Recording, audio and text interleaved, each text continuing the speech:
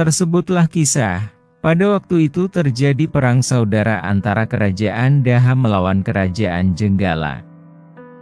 Raja Daha mengangkat salah seorang putranya, yang bernama Jakasumilir, untuk menjadi senapati perang melawan Jenggala. Pada waktu itu Jenggala diperintah oleh Raja Lembu Amijaya, yang tidak lain adalah paman Jakasumilir. Hati Jakasumilir menjadi kisruh. Ia harus menunaikan kewajibannya sebagai seorang ksatria, menjadi senapati dalam peperangan. Memimpin pasukan segelar sepapan adalah sebuah kebanggaan tersendiri bagi seorang prajurit. Namun dalam sisi yang lain, Jakasumilir harus berperang melawan pamannya sendiri. Sebagai seorang patih, yang telah banyak makan garam kehidupan, Patih Gembangkara dapat membaca mendung kelabu, yang menutupi kalbu sang senapati Jakasumilir. Ananda Jakasumilir. Apakah gerangan yang menyebabkan Ananda Jakasumilir selalu bermuram durja? Dari wajah dan mata Ananda, bukanlah Ananda baru saja dilantik menjadi senapati perang? Bukankah Ananda menjadi bangga? Maka Jakasumilir pun menumpahkan isi hatinya. Ujarnya, Paman Patih Gembangkara, menjadi kebanggaan dan idaman setiap prajurit untuk bisa diangkat menjadi seorang senapati perang. Namun, dalam hal ini saya dihadapkan pada pilihan yang paling rumit dan sukar. Saya diangkat menjadi senapati perang, sedangkan yang harus saya perangi, saya hancurkan adalah negara paman saya sendiri, Amijaya. Tegakkah saya melawan paman Lembu Amijaya yang telah demikian baiknya kepadaku, ketika aku masih kanak-kanak? Tidak, Paman Patih Gembangkara. Aku tak kuasa untuk melawan pamanku sendiri. Jakasumilir sudah sampai pada suatu titik kesimpulan, tidak akan mau memerangi pamanku sendiri Lembu Amijaya. Oleh sebab itu, aku sudah bertekad untuk mengingkari perintah ayahanda dan pergi mengembara, meninggalkan kerajaan Daha. Aku tidak mau berperang melawan pamanku. Patih Gembangkara menyetujui gagasan sang senapati Jakasumilir untuk menghindarkan peperangan antara Jenggala dengan Daha. Kemudian ia pun mengikuti jejak Jakasumilir, pergi mengembara. Menurutkan arah pandangan mata dan jalannya sang kaki. Pada suatu malam, ketika lelah dalam perjalanan, mereka beristirahat di bawah sebuah pohon yang sangat besar. Di tengah hutan belantara. Tiba-tiba mereka mendengar sebuah suara tanpa rupa. Setelah mereka perhatikan benar-benar, ternyata suara tadi berasal dari pohon besar tempat mereka bernaung. Suara tanpa rupa itu mengatakan supaya mereka meneruskan pengembaraan menuju ke arah Tenggarawana Atis atau hutan Atis. Bila mereka telah sampai di tempat, diminta supaya Jakasumilir dan Gembangkara membuka hutan tersebut dan mendirikan sebuah perkampungan.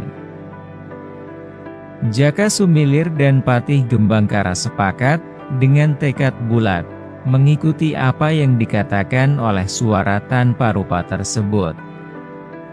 Siapakah sebenarnya yang telah memberikan petunjuk dengan tidak menampakkan diri itu? Dia adalah Begawan Amiswara. Demikianlah akhirnya kedua orang yang sedang mengembara, menurutkan kata suara tanpa rupa, menuju ke arah tenggara. Dengan bersusah payah, melewati hutan yang lebat, jurang yang curam, akhirnya mereka menemukan juga sebuah hutan dengan telaga itu.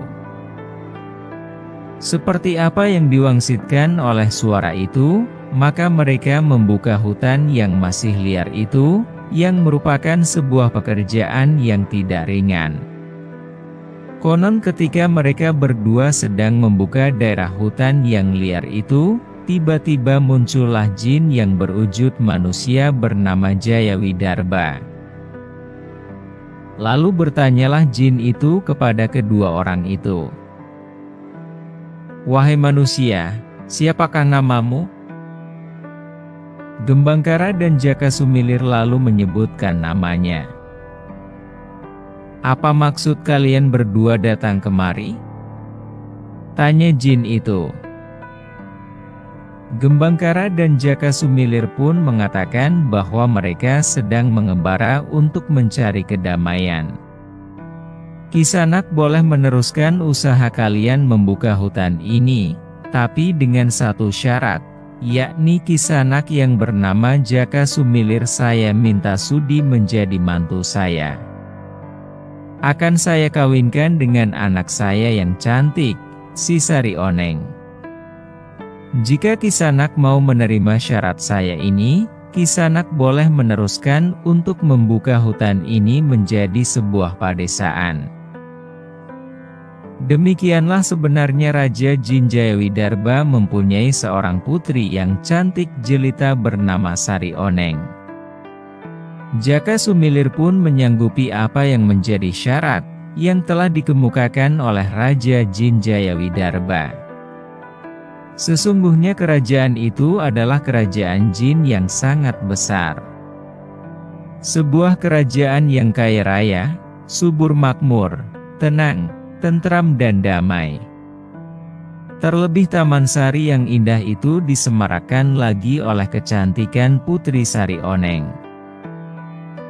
Akhirnya Jakasumilir pun dikawinkan dengan Putri Sari Oneng.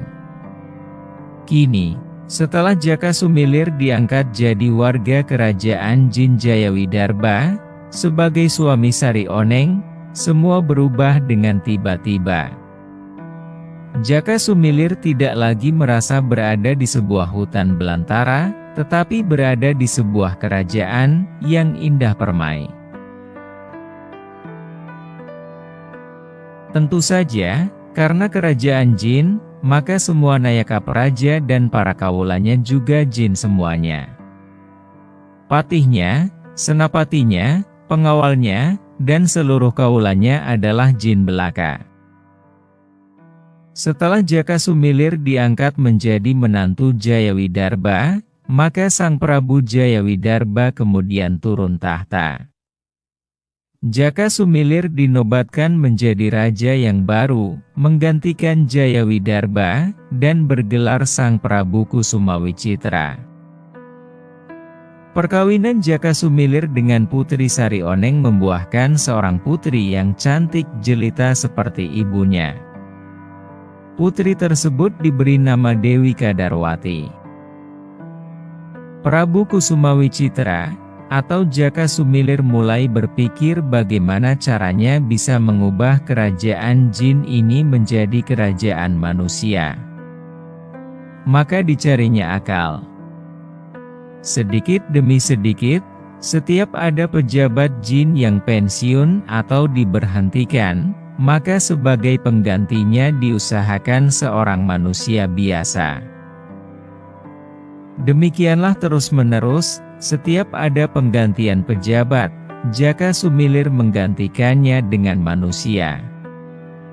Lama-kelamaan pejabat-pejabat kerajaan telah berwujud manusia semuanya. Pelan tapi pasti kerajaan itu pun akan berubah menjadi sebuah kerajaan manusia. Demikianlah kisah Raden Jakasumilir, yang kemudian menjadi raja dengan gelar Sang Prabu Kusumawicitra.